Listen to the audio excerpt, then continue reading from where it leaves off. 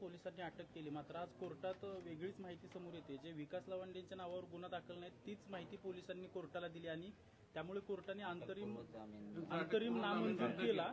आणि आता कोर्टात पोलिसांनी माहिती दिली की पोलिसांनी आता कोर्टाला सांगितलं की आमच्याकडून नजर चुकीने हे सगळं झालंय. मला काय आश्चर्य वाटत नाही, कारण का माझा महाराष्ट्राच्या पोलिसांवर विश्वास आहे, पण महाराष्ट्राच्या पोलीस यंत्रणेमागे जी अदृश्य शक्ती आहे आणि पुण्याबद्दल तर मला प्रश्नचिन्हच आहे. कारण पुण्याबद्दल मी माझ्या आयुष्यातली प्रत्येक सुट्टी ही पुण्यात घालवली आहे जन्मापासून. आणि त्यानंतर पुणे हे सगळ्यात सुरक्षित म्हणून देशातून लोक, जगातून मुलं ही पुण्याला का शिकायला येतात, कारण का शिक्षणाचं माहेरघर म्हणून पुण्याची एक वेगळी ओळख, एक मानाचं स्थान हे देशात नाही जगात राहिलेलं आहे.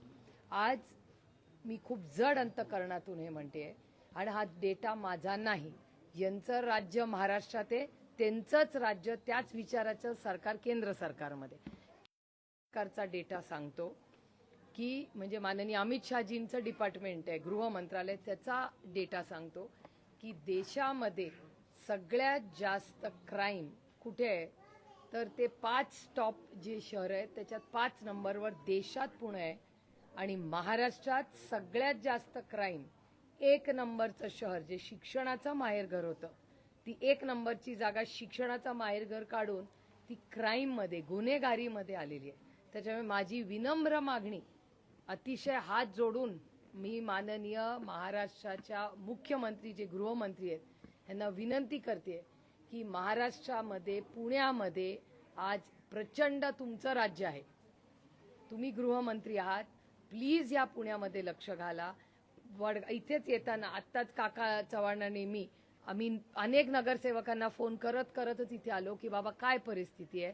तुम्हाला आश्चर्य वाटेल, कात्रज चौकामध्ये आणि वडगाव पठारामध्ये गेल्या 20 ते 25 दिवसात 6 खून किंवा कुठला तरी मोठा गुन्हा झालेला आहे. हा माझा डेटा नाही, स्थानिक नगरसेवक आणि पोलीसचा डेटा सांगतो.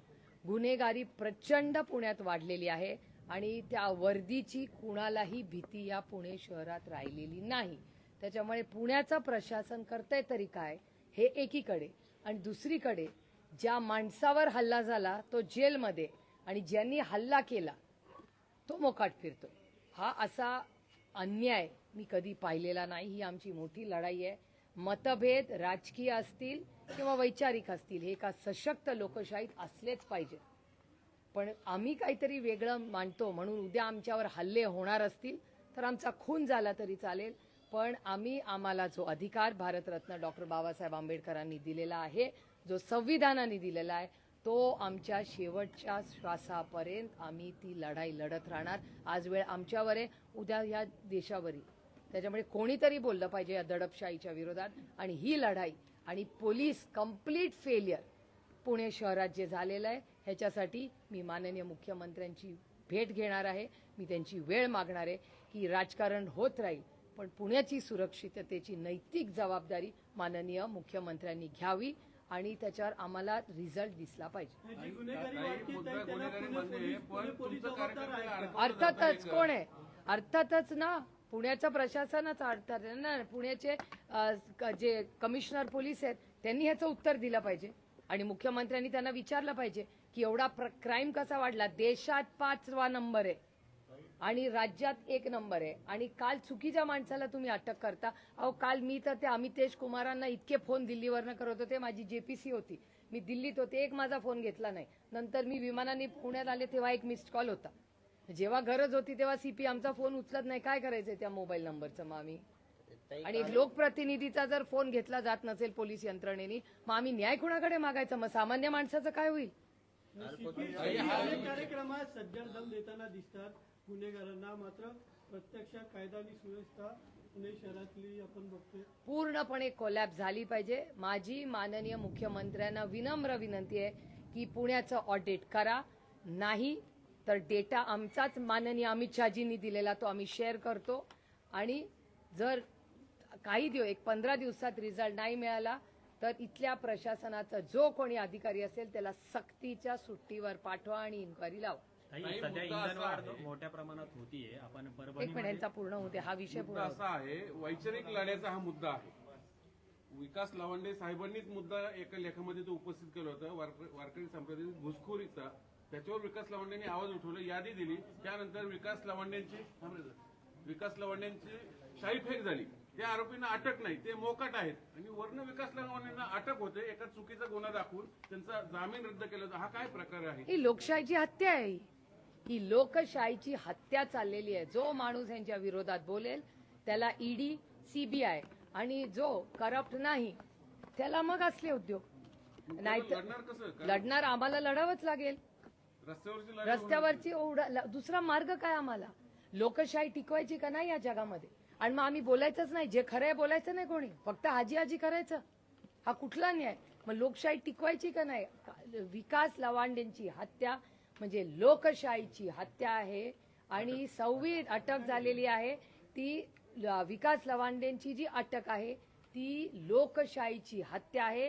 ती संविधानावर केलेला घात आहे या आज सत्तेतल्या लोकांनी. लाटीला काय अर्थ आहे की नाही? मग हे सगळे असं जर अटक होत असतील, नाही हे चुकीचंच आहे ना. म्हणून तर काल शशिकांत शिंदेजी आणि रोहित पवार तिकडे तातडीने गेले. आमची सगळी यंत्रणा, आमचे सगळे वकील गेले. आजकाल आमची वकिलांची दोस्ती झाली आहे. याचं कारण असं की खोटे गुन्हे रोजच आमच्या लोकांवर दाखल होतात. मग पक्ष पळवताना खोटे गुन्हे आमच्यावर, नंतर आता लोकांवर शाही फेक गुन्हा. त्यामुळे हे सगळं वाढतच चाललंय. दुर्दैव आहे. लोकांनी 200 आमदार त्यांना निवडून दिलेले आहेत. विरोधी पक्षातले सगळे पक्ष फोडून तोडून ईडीच्या नोटिसेस पाठवून दमदाटी करून त्यांना पण जवळ केलं. आता एवढं करून SIR करून भले भल्या गोष्टी करून एवढी सत्ता त्यांच्या हातात आहे.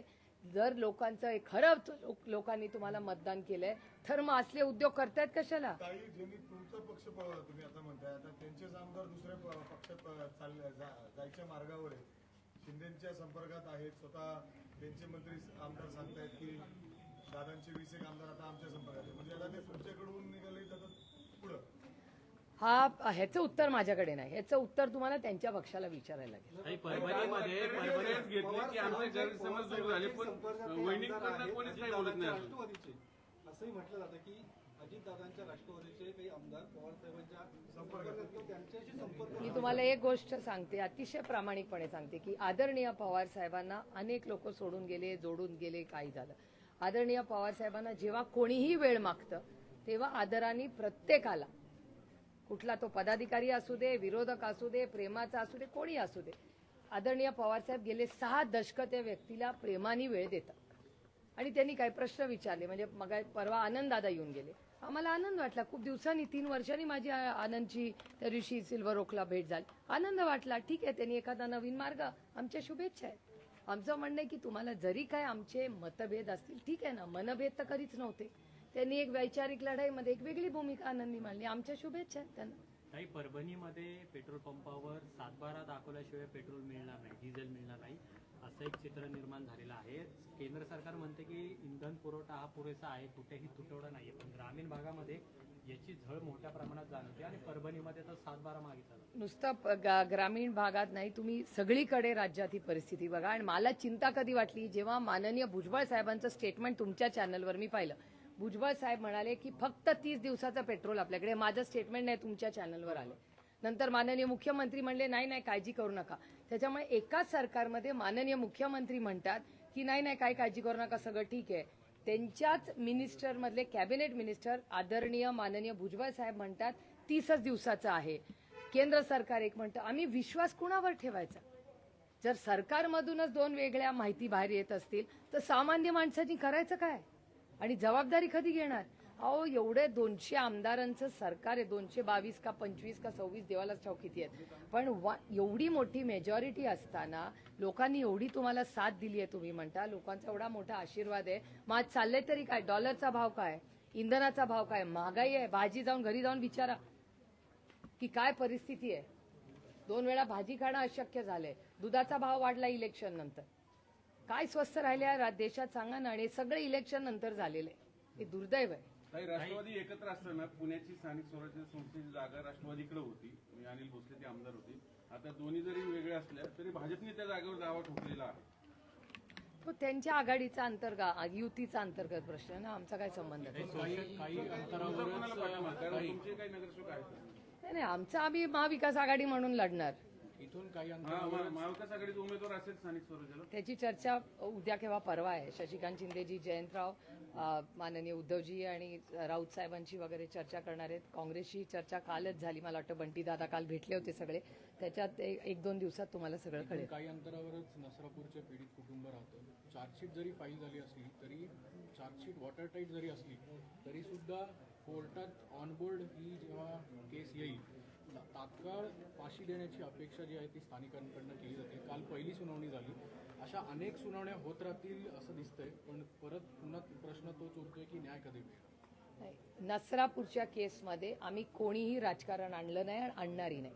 माणुसकीच्या नात्यामध्ये आम्ही सगळ्यांनीच त्यावेळी, संग्राम थोपटे असतील, मी असेल, माननीय मुख्यमंत्री असतील, सगळ्यांनी आमचे सगळे राजकीय मतभेद बाजूला ठेवून आम्ही सगळे एकत्र भेटलोय. मुख्यमंत्र्यांनी शब्द आम्हाला दिलाय की फास्ट ट्रॅक कोर्टमध्ये तातडीने फाशी देईन आणि मी स्वतः त्याचं मॉनिटरिंग करीन. त्याच्यामुळे ह्या नसरापूरच्या केसमध्ये आम्ही माननीय मुख्यमंत्र्यांवर विश्वास ठेवलेला आहे.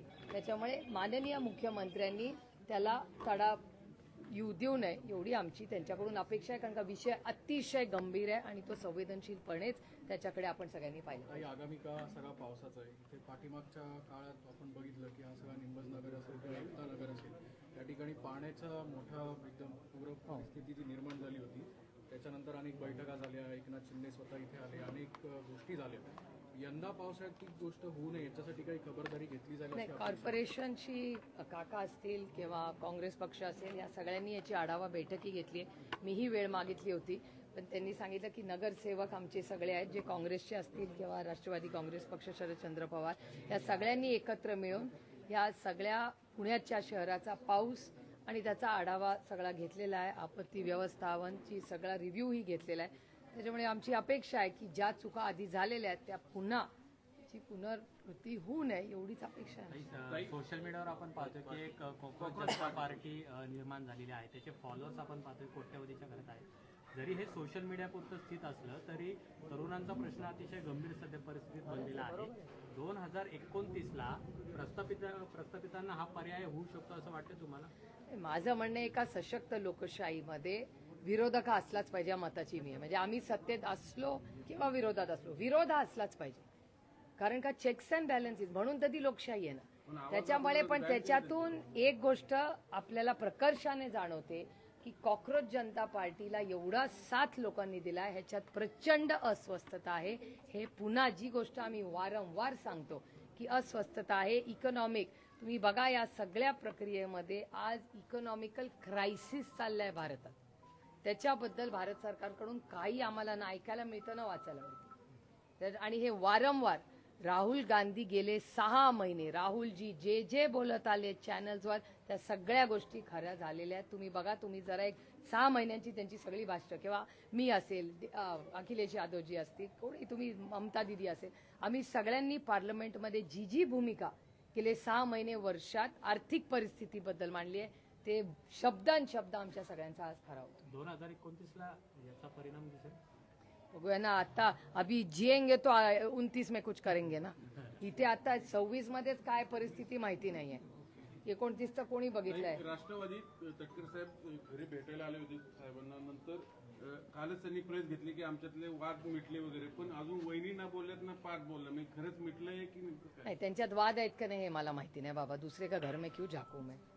इथे एवढी महागाई, बेरोजगारी, भ्रष्टाचार चाललाय, दुधाचा भाव वाढलाय, पेट्रोल डिझेलचा वाढलाय, हे सगळं कायदा सुव्यवस्था, रोज कोयता गँग फिरते माझ्या मतदारसंघात आणि पोलीस काय करेना, हेच बघण्यात माझा सगळा वेळ जातो. साहेबांकडे आले होते. नाही, साहेबांकडे सगळेच लोक भेटायला येतात. त्याच्यात काही नवीन नाही आणि गैर काहीच नाही. मला असं वाटतं आदरणीय पवार साहेब नेहमीच सगळ्यांना भेटतात. काही रासायनिक खताचा तुटवडा जो आहे तो जाणवतोय शेतकऱ्याला. पण तो आधीच होता. गेले 6 महिने मी पार्लमेंटमध्ये स्वतः बोलले त्याच्याबद्दल. हे अपेक्षितच होतं. सरकारची जी भूमिका आहे ती अतिशय चुकीची. ताई, शेतकरी सध्या आणि तिहेरी संकटात आहे. कारण एका बाजूला एल निनोमुळे पाऊस कमी पडणार आहे, खतं नाहीयेत आणि आता इंधन पण भेटत नाहीये. आणि अचानक सेंद्रिय शेती कसं शेतकऱ्याचं कंबरड मोडण्याचा पाप हे या सरकारने केलेलं आहे आणि हे होणार आहे. हे वारंवार आम्ही सगळ्यांनी हे आमची सगळी भाषणं, मुद्दे काढून बघावं.